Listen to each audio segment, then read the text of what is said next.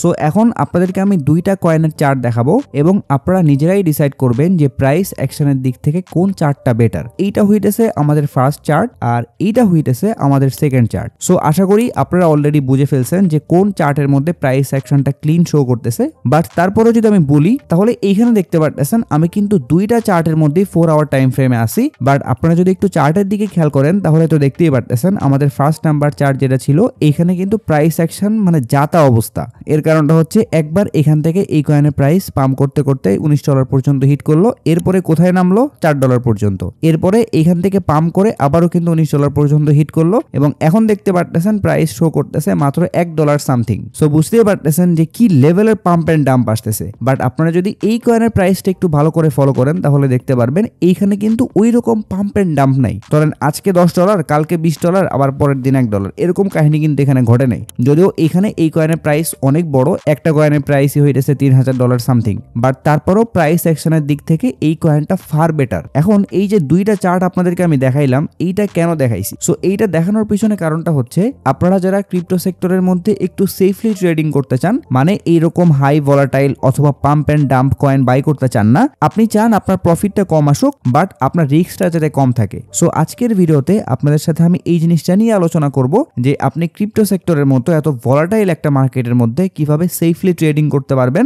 এবং কম্পারেটিভলি আপনি অন্য কয়েনগুলোর তুলনায় একটু হইলেও কিভাবে রিস্ক ফ্রি থাকতে পারবেন। সো আমরা ভিডিওর মেইন টপিকে চলে যাব। বাট তার আগে ছোট্ট একটা রিকোয়েস্ট থাকবে, যদি আপনি আমার চ্যানেলটা এখনো সাবস্ক্রাইব না করেন তাহলে একটু কষ্ট করে চ্যানেলটা সাবস্ক্রাইব করে আমাকে সাপোর্ট করবেন। এর পাশাপাশি আপনি যদি ক্রিপ্টো ট্রেডিং রিলেটেড রেগুলার আপডেটগুলো মিস করতে না চান তাহলে অবশ্যই আমার টেলিগ্রাম চ্যানেলের মধ্যে জয়েন হয়ে থাকবেন, ভিডিও ডেসক্রিপশন বক্সে লিংক দেওয়া থাকবে। সো যদি আপনি অলরেডি ক্রিপ্টো ট্রেডিং সেক্টরের মধ্যে চলে আসেন অথবা ক্রিপ্টো ট্রেডিং সম্পর্কে আপনার একটু হইলেও যদি নলেজ থাকে তাহলে এই জিনিসটা কিন্তু জানার কথা যে দুনিয়াতে যতগুলা ট্রেডিং সেক্টর আছে, সেটা হইতে পারে স্টক মার্কেট, সেটা হইতে পারে ফরেক্স মার্কেট, সেটা হইতে পারে ক্রিপ্টো মার্কেট। সো এই তিন টাইপের মার্কেটের মধ্যে সব থেকে বেশি ভলাটাইল থাকে ক্রিপ্টো মার্কেট। মানে ক্রিপ্টো মার্কেটের মধ্যে এমনও কাহিনী ঘটে, আজকে একটা কয়েন আসছে, এটা কালকে 100% পর্যন্ত পাম্প দিতে পারে, এর পরের দিন আবারও 90% পর্যন্ত ড্রপ করতে পারে, যেইটা অন্য কোনো মার্কেটে কখনোই সম্ভব না। আপনি ফরেক্স এর কোন একটা পেয়ারের মধ্যে যান অথবা স্টক মার্কেটের যে কোনো একটা স্টকের প্রাইসের মধ্যে যান, দেখতে পারবেন সেখানে একটা কনসিস্টেন্সি আছে, যদি না সেই স্টকের মধ্যে কোনো ম্যানিপুলেশন হয়। সো এই জিনিসটা জানার পরেও যারা এই সেক্টরে আসছেন তাদের মধ্যে দুইটা দল আছে। একটা দল এই ভলাটাইল মার্কেটটাই বেশি প্রেফার করে, মানে তারা চায় মার্কেট ভলাটাইল থাকবে, সেইখান থেকে তারা স্ক্যালপিং এর মাধ্যমে প্রফিট করতে পারবে। আর একটা দল আছে যারা এই ভলাটিলিটি পছন্দ করে না, তারা পছন্দ করে বিটকয়েন, কারণ বিটকয়েনের প্রাইসের মধ্যে কিন্তু আপনি এই রকমের কোনো পাম্প এন্ড ডাম্প জিনিসগুলো দেখতে পারবেন না। সো তারা চায় এইরকম পাম্প এন্ড ডাম্পের মধ্যে না পড়ে একটা স্টেবল প্রাইসের মধ্যে থাকুক এবং লং টাইমে গিয়ে এই বিটকয়েনের প্রাইস ইনক্রিজ হোক। সো ভিডিওর ফার্স্টে যেটা বলতেছিলাম, এই ভিডিওতে আপনাদেরকে আমি এমন ভাবে গাইড করে দিব যাতে আপনারা ক্রিপ্টো সেক্টরের মধ্যে থাকা সত্ত্বেও মানে এইরকম ভলাটাইল একটা মার্কেটেও কিভাবে একটু হইলেও সেফলি ট্রেড করতে পারেন। এর পাশাপাশি আপনারা যারা ভলাটাইল মার্কেট পছন্দ করেন তারাও এই মার্কেটে কোন কোন সময়গুলোতে ভলাটিলিটি পাবেন অথবা কোন কোন কয়েনগুলোতে পাবেন এই জিনিসগুলোও কিন্তু দেখাই দিব। সো দুই পক্ষেরই কিন্তু সুবিধা হইতেছে, আপনার যেটা দরকার অথবা আপনি যে স্টাইলে ট্রেডিং করেন ওইটা আপনি পিক করবেন, অন্যটা অ্যাভয়েড করবেন, তাইলেই কিন্তু আশা করতেছি জিনিসটা সর্ট আউট হয়ে যাবে। সো ফার্স্টেই চলেন আপনাদেরকে আমি একটু গোল্ডের চার্ট দেখাই। সো এখানে দেখতে পারতেছেন আমি গোল্ডের ডেইলি টাইম ফ্রেমের মধ্যে চলে আসছি এবং এইখানে একটু ভালো করে খেয়াল করলে বুঝতে পারতেছেন গোল্ডের এই চার্টের মধ্যে কি সুন্দর প্রাইস অ্যাকশন বিল্ড হয়েছে। মানে এই পর্যন্ত যখন গোল্ডের প্রাইস পাম্প করলো, এরপর এখান থেকে নিচের দিকে আসলো, এরপর আবারও একটু উপরে গেল, মানে এইখান থেকে এই পর্যন্ত গোল্ডের প্রাইস কিন্তু মোটামুটি সাইডওয়েজ এর মধ্যে ছিল। এইখানে যে উপরে রেজিস্ট্যান্স লেভেল ক্রিয়েট করছিল এটাও ব্রেক করতেছিল না, আবার নিচে যে সাপোর্ট লেভেলটা ক্রিয়েট করছিল এই সাপোর্ট লেভেলটা ব্রেক করেও নিচের দিকে আসতেছিল না। সো প্রাইস অ্যাকশনের মধ্যে এইটা অবশ্যই থাকবে এবং পরবর্তীতে যখন এই লেভেলগুলো ব্রেক করবে তখন কিন্তু প্রাইস আবারও সেই ডিরেকশনেই যাবে। যেমন এখান থেকে এই পর্যন্ত সাইডওয়েজ এর মধ্যে থাকার পরে গোল্ডের প্রাইসের মধ্যে যখন ব্রেকআউট আসছে তখন দেখতে পারতেছেন এইখান থেকে এই পর্যন্ত কত সুন্দর প্রাইস অ্যাকশন বিল্ড করছে। কেউ যদি শর্ট টাইম ফ্রেমে গিয়ে স্ক্যালপিং করতো তাহলে কিন্তু এখানে অনেক অনেক অপরচুনিটি পাইতো। বাট অপর দিক দিয়ে আপনারা যদি ক্রিপ্টো সেক্টরের মধ্যে আসেন তাহলে কিন্তু এই টাইপের চার্ট হর হামেশা পাবেন যদি না আপনি কোনো ভালো কয়েন সিলেক্ট করেন। সো এই টাইপের চার্ট পাইলে আপনি কিন্তু ট্রেড করে মজা পাবেন না, কোনো সময় আপনি প্রফিটে যাবেন, আবার কোনো সময় জাস্ট 1 থেকে 2 সেকেন্ডের মধ্যে আপনি কিন্তু লিকুইডেট হয়ে যাইতে পারেন অথবা আপনার স্টপ লসটাও কিন্তু হান্ট করতে পারে। সো আপনাদেরকে আমি বর্তমান সময় অনুযায়ী এইরকম বেস্ট 4টা কয়েনের নাম বলে দিব, যেই 4টা কয়েনে আপনি মোটামুটি গোল্ডের মতো করেই কিন্তু প্রাইস অ্যাকশন পাবেন। মানে এমন হবে না যে ওই কয়েনের প্রাইস $10 আছে আজকে, কালকে ওইটা $100 হিট করলো, এরপরের দিন আবারও $20 $60 আসলো, এরপরের দিন আবারও $60 গেল, এমন হবে না। প্রাইসের মধ্যে একটা কনসিস্টেন্সি থাকবে। আর ক্রিপ্টো মার্কেটে যেহেতু ম্যানিপুলেশন অনেক বেশি হয়, সো ওই সময় অন্য কয়েনগুলো যদি বিশাল লেভেলের ডাউন দেয়, তাহলে আপনাকে আমি যে কয়েনগুলোর নাম বলে দিব, ওই কয়েনগুলোর মধ্যে আপনি কম্পারেটিভলি কম ম্যানিপুলেশন দেখতে পারবেন। সো ওই 4টা কয়েনের একদম প্রথম কয়েনটা হইতেছে বিটকয়েন। সো আপনি যদি বিটকয়েনের চার্টের মধ্যে চলে আসেন, তাহলে খেয়াল করবেন কিছু জায়গায় কিন্তু বিটকয়েনের প্রাইসের মধ্যেও খুব ভয়ঙ্কর লেভেলের ডাউনফল আসছে। বাট এইগুলো হইতেছে দ্য পার্ট অফ ম্যানিপুলেশন, মানে ম্যানিপুলেশন তো হবেই, সেটা বিটকয়েন হোক অথবা অন্য যে কোনো কয়েন হোক। বাট কম্পারেটিভলি আমরা বিটকয়েনের প্রাইসের মধ্যে অথবা আমি যে 4টা কয়েনের কথা বলবো, এই টাইপের কয়েনের মধ্যে আপনি একটু হইলেও কম পাবেন। সো আপনারা বিটকয়েনের এই চার্ট দেখলে হয়তো বা ভাবতে পারেন যে বিটকয়েনের প্রাইস তো $1,25,000 থেকে ড্রপ করতে করতে $1,00,000 নিচেও ড্রপ করছিল, তাইলে এইটা কেমনে বেটার হইলো। সো আমি যদি একটু স্কেল দিয়ে আপনাদেরকে মেপে দেখাই যে এখান থেকে কত পার্সেন্ট ড্রপ দিছে, তাহলে বুঝতে পারতেছেন মোটামুটি 20 অথবা 21% মতো ড্রপ দিছে। বাট আপনারা যদি অন্য কয়েনের মধ্যে গিয়ে একদম সেম টাইম ফ্রেমে সেম ডিউরেশনে চেক দেন যে কত পার্সেন্ট ডাউন দিছে, তাহলে আপনারা একদম ক্লিয়ারলি বুঝতে পারবেন যে বিটকয়েন এই 20% ড্রপ করা সত্ত্বেও কেন স্ট্রং। কারণ বিটকয়েন যেখানে মাত্র 20% ড্রপ দিছে, অন্যান্য কয়েন সেখানে 50 থেকে 70% পর্যন্ত ড্রপ করছে। তার মানে অবভিয়াসলি এখানে বিটকয়েন বেটার পারফর্ম করতেছে।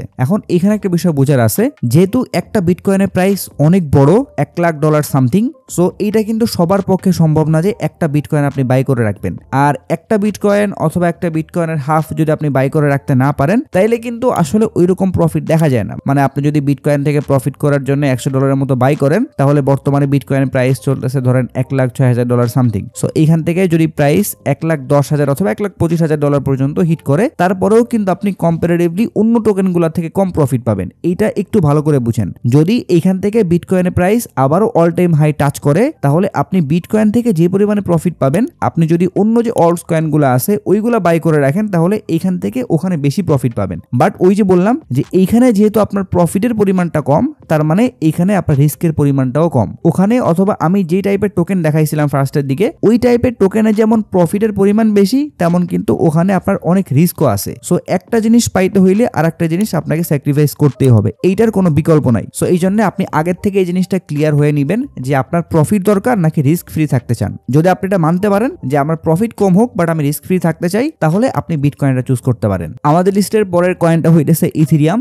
এটাও কিন্তু ক্রিপ্টো সেক্টরের মধ্যে অনেক ফেমাস একটা কয়েন, এবং এখানে দেখতে পারতেছেন ইথেরিয়ামের প্রাইসের মধ্যেও কিন্তু ভালো একটা প্রাইস অ্যাকশন আছে। আর এখানে দেখতে পারতেছেন ইথেরিয়ামও কিন্তু খুবই সুন্দর একটা প্রাইস অ্যাকশন ফলো করে। এইখানে যেটা দেখতে পারতেছেন এটা কিন্তু আমরা বিটকয়েনের প্রাইসের মধ্যেও দেখছি। সো যখন বিটকয়েনের প্রাইসের মধ্যে ম্যানিপুলেশন হবে, তখন প্রতিটা কয়েনের চার্টের মধ্যে আপনি এরকম সেম সিচুয়েশন দেখতে পারবেন। বাট আপনি যদি এইটা ইগনোর করেন, বাদ বাকি প্রাইসগুলো দেখেন, তাহলে বুঝতে পারবেন এখানে প্রাইস অ্যাকশনটা কিন্তু বেটার। আর আমরা যদি ইথেরিয়ামের ক্ষেত্রেও স্কেলটা নিয়ে উপরের থেকে নিচের দিকে টান দেই, তাহলে দেখতে পারতেছেন এখানেও কিন্তু মোটামুটি 35% মতো ড্রপ করছিল, যেটা কিন্তু আপনাদেরকে আমি একটু আগেই বললাম যে বিটকয়েন যদি 20% মতো ড্রপ করে, তাহলে ইথেরিয়াম রেঞ্জের যে কয়েনগুলো আছে ওইগুলো এরকম 30 অথবা 35% আশেপাশে ড্রপ করবে।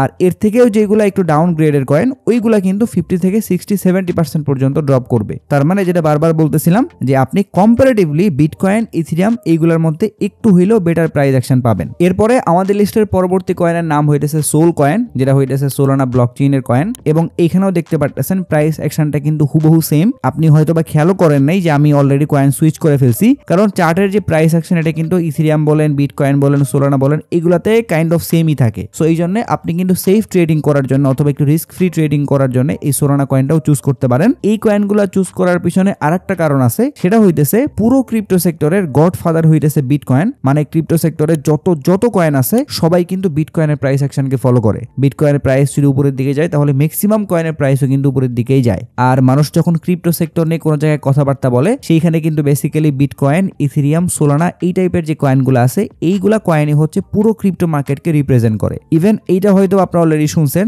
যে ব্ল্যাক রকের মতো এত বড় কোম্পানি বিটকয়েনের উপর ইটিএফ লঞ্চ করছে, ইথেরিয়ামের উপরেও কিন্তু ইটিএফ লঞ্চ করছে, খুব দ্রুত সোলানা কয়েনের উপরেও কিন্তু ইটিএফ আসতেছে। সো এত বড় বড় জায়ান্ট কোম্পানিগুলো যেহেতু মাত্র এই টাইপের 3-4টা কয়েন নিয়ে কাজ করে, অথবা এই টাইপের 3-4টা কয়েনের উপরে ইটিএফ আনতেছে, তার মানে বুঝতেই পারতেছেন যে আপনি এই কয়েনগুলো যদি ফিউচারের জন্য কিনে রাখতে চান কাইন্ড অফ গোল্ডের মতো করে, তাহলে এইটার থেকে বেটার অপশন ক্রিপ্টো মার্কেটের মধ্যে থাকতে পারে না। সো আপনি যদি রেগুলার ট্রেড করেন, তারপরেও এই কয়েনগুলো বেস্ট। আবার আপনি যদি লং টাইমের কথা চিন্তা করেন যে আজ থেকে 20 বছর পরে কি আপনি কয়েনগুলো সেল করবেন, তারপরেও কিন্তু এই কয়েনগুলো আনবিটেবল। আপনার অন্য যে কয়েনগুলো আছে ওই কয়েনগুলোর কিন্তু কোনো সিউরিটি নাই, আজকে আসছে 1 বছর অথবা 2 বছর পরে স্ক্যামও করতে পারে। বাট বিটকয়েন, ইথেরিয়াম, সোলানা এই টাইপের যে হাই রেঞ্জ রেঞ্জের অথবা হাই লেভেলের কয়েন আছে, এইগুলার স্ক্যাম করার অথবা মার্কেট থেকে চলে যাওয়ার চান্স কিন্তু বলতে পারেন যে 0.001% মতো আছে। কারণ 2023 সাল পর্যন্ত যদি কেউ বলতো যে ক্রিপ্টো মার্কেট স্ক্যাম করতে পারে তাহলেও মানা যেত, বাট 2025 সালে এসে যেখানে ব্ল্যাক রকের মতো বড় বড় কোম্পানি অথবা ইউএস এর প্রেসিডেন্ট ইনভলভ হয়ে গেছে, সেইখানে কিন্তু আমরা বলতে পারি যে এটার ভালো একটা ফিউচার সামনে ওয়েট করতেছে। সো আশা করি বুঝতে পারতেছেন যে আমি আসলে আপনাদের কি বুঝাইতে যাচ্ছি।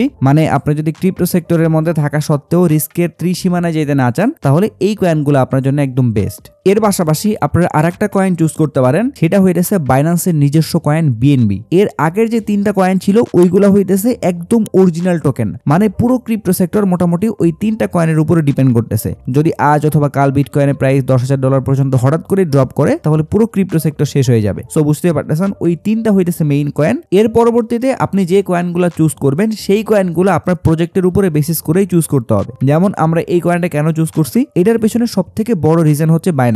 সো বিটকয়েনের যদি কোনো কিছু হয় তাহলে পুরো ক্রিপ্টো সেক্টর যেমন শেষ হয়ে যাবে, তেমনই ভাবে বলা যায় যদি বাইন্যান্সের আজ অথবা কাল কিছু হয় তাহলে পুরো ক্রিপ্টো সেক্টরের মধ্যে আমরা বিশাল লেভেলের নেগেটিভ ইম্প্যাক্ট দেখতে পারবো। সো যতদিন বাইন্যান্স গ্রো করতে থাকবে ততদিন কিন্তু আমরা এই বিএনবি কয়েনের প্রাইসের মধ্যে ভালো পরিমাণে গ্রোথ দেখতে পারবো। যেমন এই বছর কিন্তু কোনো বুলডার এখনো পর্যন্ত আসে নাই, বাট তার আগে কিন্তু দেখতে পারতেছেন বিএনবি তার অল টাইম হাই টাচ করে বসে আছে। শুধুমাত্র এখানে দেখতে পারতেছেন যেন তেন অল টাইম হাই না, অলমোস্ট $1,400 পর্যন্ত কিন্তু হিট করে ফেলছিল। সো এটা তো আমি বিএনবি কয়েনের কথা বললাম। নেক্সটে আপনি এরকম আরো কিছু কয়েন চুজ করতে পারেন রিসার্চ করার মাধ্যমে, যেমনটা হইতে পারে এক্সআরপি। ধরেন যে সামনে যদি ব্ল্যাক রক এক্সআরপি নিয়ে কোনো একটা ইটিএফ লঞ্চ করে এবং অন্য কোম্পানিগুলোও যদি এক্সআরপির ইটিএফ নিয়ে ইন্টারেস্ট শো করে, তাহলে কিন্তু আপনি ওই সময়টাতে এক্সআরপিও চুজ করতে পারেন। সো মোটামুটি আপনি এই কয়েকটা কয়েনের মধ্যে যদি ট্রেড করেন অথবা এই কয়েকটা কয়েন যদি আপনি লং টাইমের জন্য বাই করে রাখতে পারেন, তাহলে আশা করা যায় আপনি গোল্ডের থেকে যেমন পারফরমেন্স পাবেন একদম সেম টাইপের, অনেক সময় ওর থেকেও বেটার পারফরমেন্স আপনি এই কয়েনগুলোর মধ্যে দেখতে পারবেন। সো আপনারা আশা করি কয়েন সিলেকশনের এই কনসেপ্টটা বুঝতে পারছেন। এখন আপনাদেরকে আমি আরো কিছু গাইডলাইন দিয়ে দিই যেগুলো ফলো করলে আপনি আরো বেশি সেফ থাকতে পারবেন। তার মধ্যে একদম প্রথমে বলবো, যেই কয়েনগুলো মার্কেটের মধ্যে একদম নতুন আসে ওই কয়েনগুলো থেকে আপনি দূরে থাকবেন, কারণ আপনি কিন্তু রিস্কি ট্রেডিং করতে যাচ্ছেন না, আপনি একদম পুরোপুরি সেফ থাকতে যাচ্ছেন। সেই ক্ষেত্রে নতুন টোকেন থেকে যতই প্রফিট আসুক না কেন ওই দিকে আপনার যাওয়ার দরকারই নেই, আপনি শুধুমাত্র এই 4-5টা কয়েনের মধ্যেই থাকবেন। এর পাশাপাশি মিম কয়েন যেগুলো আছে আপনি ওই কয়েনগুলো থেকে 100 হাত দূরে থাকবেন, কারণ মিম কয়েনের কোনো নিশ্চয়তা নাই, আজকে 100% পাম্প করলে কালকে 100% ড্রপও করতে পারে। এরপরে আরেকটা হচ্ছে ট্রেন্ড বেসিস কোনো কয়েন, মানে ধরেন এখন এআর একটা ভালো ট্রেন্ড চলতেছে, এখন এআই ক্যাটাগরির যে কয়েনগুলো আছে ওইগুলোর মধ্যে আমরা দেখতে পারতেছি ভালো পরিমাণে গ্রোথ আসতেছে, বাট একটা সময় গিয়ে এআই ক্যাটাগরির ট্রেন্ড যখন স্লো হয়ে যাবে তখন কিন্তু ওইসব কয়েনের প্রাইস ড্রপ করবে। সো এরকম ট্রেন্ড বেসিস যেগুলো কয়েন আছে অথবা ট্রেন্ড বেসিস যে ক্যাটাগরির কয়েনগুলো আছে আপনি ওই কয়েনগুলো থেকেও দূরে থাকবেন। আরেকটা বিষয় হচ্ছে, যদি আপনি ক্রিপ্টো সেক্টরের মধ্যে একদমই নতুন হন, আপনি টেকনিক্যাল অ্যানালাইসিস, ফান্ডামেন্টাল অ্যানালাইসিস এই জিনিসগুলোর কিছুই বুঝেন না, তাহলে আপনি স্ক্যাল্পিং থেকে দূরে থাকেন।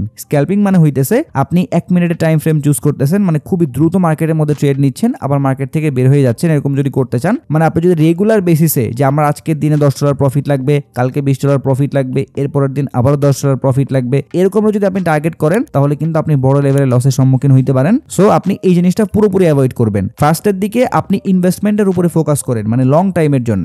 এরপরে যখন আপনার মধ্যে একটা ভালো আইডিয়া চলে আসবে, যখন আপনি বুঝতে পারবেন যে আপনার অ্যানালাইসিসটা ভালো কাজ করতেছে, আপনার অ্যাকুরেসিটা স্ট্রং, তখন গিয়ে আপনি চাইলে স্ক্যাল্পিং করতে পারবেন। সো স্ক্যাল্পিং যেহেতু চলে আসলো, তাহলে এখানে আরেকটা জিনিস অ্যাড করে দিই, সেটা হচ্ছে আপনি যদি স্ক্যাল্পিং করেন তাহলে মাস্ট আপনার স্টপ লস ইউজ করতেই হবে, কারণ আপনি যদি লং টাইমের জন্য কোনো একটা কয়েন বাই করে রাখেন তাহলে আজ থেকে 10 বছর অথবা 20 বছর পরে অবশ্যই আপনি কয়েনটা সেল করবেন। সো এর মধ্যে ওই কয়েনের প্রাইস কই গেল না গেল এগুলো দেখার আপনার কোনো দরকারই নেই, আপনি একদম 10 বছর পরে গিয়ে ওই কয়েনটার প্রাইস চেক দিবেন। বাট আপনি যদি স্ক্যাল্পিং করেন তাহলে আপনার টার্গেটই হইতেছে আপনি দ্রুত ট্রেড এক্সিকিউট করবেন, ওই ট্রেড থেকে আবার দ্রুত বের হয়ে আসবেন। সো যদি কোনো কারণে মার্কেট হঠাৎ করে ডাউন দেয় আর আপনি যদি স্টপ লস ইউজ না করেন তাহলে সেইখানে কিন্তু আপনি একদম ট্র্যাপের মধ্যে ফেসে যাবেন এবং ওইটা আপনার তখন একদম হোল্ডিং পর্যায়ে চলে যাবে। এই ভুলটা অবশ্যই করা যাবে না। সো মোটামুটি আপনি যদি এই কয়েকটা বিষয় খেয়াল রাখেন তাহলে আশা করতেছি ক্রিপ্টো মার্কেটের মতো এত ভলাটাইল একটা জায়গায় থাকা সত্ত্বেও আপনি কিন্তু একটু হইলেও সেফলি ট্রেডিং করতে পারবেন। আর অপর দিক দিয়ে যারা হচ্ছে ভলাটাইল মার্কেট পছন্দ করেন তারা জাস্ট এই জিনিসটা পুরোপুরি উল্টাই দিবেন, মানে আমি এতক্ষণ পর্যন্ত যা যা বললাম আপনি জাস্ট এই বিপরীত দিকে যাবেন, তাহলে আপনি ভলাটিলিটি পাবেন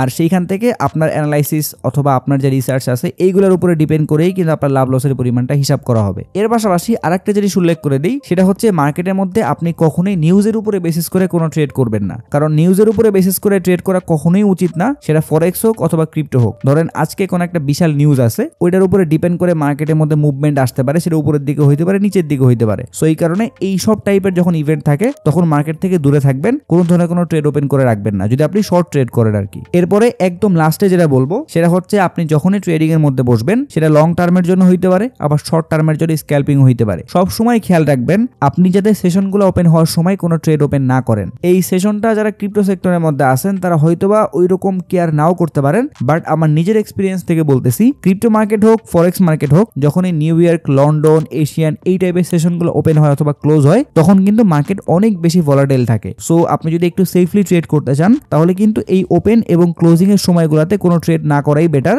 অপর দিক দিয়ে আপনি যদি ভলাটিলিটি পছন্দ করেন তাহলে কি আপনি কিন্তু এই সময়গুলোই চুজ করতে পারেন। মানে নিউ ইয়র্কের সেশন যখন ওপেন হয় তার 1 ঘন্টা অথবা আধা ঘন্টা আগে আপনি মার্কেটের মধ্যে বসে পড়বেন, আপনার যাবতীয় যা সেটআপ আছে এগুলো করবেন। এরপরে যখন ওই কয়েনের মধ্যে ভলাটিলিটি আসা স্টার্ট হয়ে যাবে তখন কিন্তু আপনি ওখানে স্ক্যাল্পিং করা স্টার্ট করতে পারেন। সো আশা করি এই বিষয়টাও ক্লিয়ার হয়েছেন। আর কোন সেশন কখন ওপেন হইতেছে এইটা আপনারা গুগলে সার্চ করলেই পেয়ে যাবেন। বাট তারপরও আপনারা যদি আরেকটু সহজভাবে জিনিসগুলো বুঝতে চান তাহলে একটা কাজ করবেন, ট্রেডিং ভিউ এর মধ্যে আসার পরে এখান থেকে ইন্ডিকেটর সেকশনের মধ্যে চলে আসবেন এন্ড দেন এখানে আপনারা সেশন লিখে সার্চ করবেন। সো আমি যদি এখানে সেশন লিখতে যাই তাহলে দেখতে পাচ্ছেন এখানে কিন্তু সেশনের অনেকগুলো ইন্ডিকেটর চলে আসছে, বাট আমরা এখান থেকে চুজ করব যেটার পাশে লাক্স অ্যালগো লেখা আসছে। সো এই ইন্ডিকেটরটা আমাদের চার্টের মধ্যে নিয়ে আসার জন্য জাস্ট এখানে একটা ক্লিক করে দিব, তাহলে দেখতে পাচ্ছেন আমাদের ব্যাকগ্রাউন্ডে কিন্তু ইন্ডিকেটরটা চলে আসছে।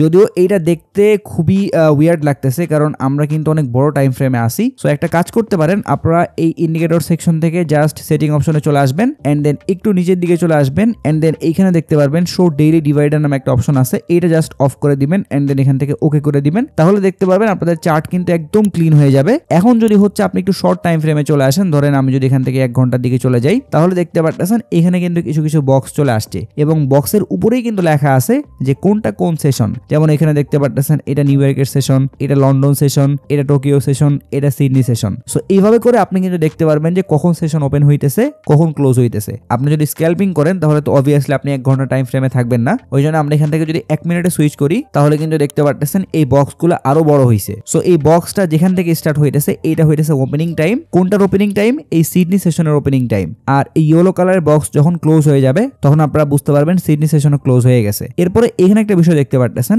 এই ইয়েলো কালারের বক্সের মধ্যে কিন্তু রেড কালারের বক্স চলে আসছে, তার মানে এখানে কিন্তু ওভারল্যাপ হইছে। মানে সিডনি সেশন তো এখন ওপেন আছেই, এর পাশাপাশি এখানে কিন্তু টোকিও সেশনটা ওপেন হয়ে গেছে। আর এরকমের যখন ওভারল্যাপ হয় মানে একটা সেশন ওপেন থাকার মধ্যে আরেকটা সেশন ওপেন হয়ে যায় তখনও কিন্তু আমরা মার্কেটের মধ্যে ভালো পরিমাণে ভলিউম দেখতে পারি, প্লাস ওই সময়টাতে কয়েনের প্রাইসটা কিন্তু ভলাটাইল থাকে। সো আশা করি জিনিসটা একদম ক্লিয়ারলি বুঝতে পারছেন। যদি আপনি সেফলি ট্রেড করতে চান তাহলে এই টাইপের সেশন যখন ওপেন হবে অথবা ক্লোজ হবে তখন আপনি ভুলেও কোনো ট্রেড ওপেন করবেন না। অপরদিকে যদি আপনি ভলাটাইল মার্কেট পছন্দ করেন, ভলাটিলিটি কাজে লাগায় স্ক্যাল্পিং করতে চান তাহলে কিন্তু আপনি এই সময়গুলাই টার্গেট করতে পারেন। সো এই পর্যন্তই ছিল আজকের ভিডিও। আশা করতেছি আপনারা যদি এই জিনিসগুলো ভালো মতো করে ফলো করেন অথবা আমি যেভাবে আপনাদেরকে কয়েন সিলেক্ট করতে বললাম এইভাবে যদি আপনি কয়েনগুলো সিলেক্ট করেন এন্ড দেন আমি আপনাদেরকে যে পয়েন্টগুলোর কথা বললাম আপনি যদি ওই পয়েন্টগুলো মেইনটেইন করে ক্রিপ্টো মার্কেটের মধ্যে ট্রেড করতে পারেন তাহলে আশা করতেছি আপনি খুব স্টেবল একটা সিচুয়েশনের মধ্যে থাকবেন, মানে ওই রকমের পাম্প এন্ড ডাম্প ভলাটিলিটি দেখতে পারবেন না। সো যারা হইতেছে গোল্ড টাইপের মুভমেন্ট পছন্দ করেন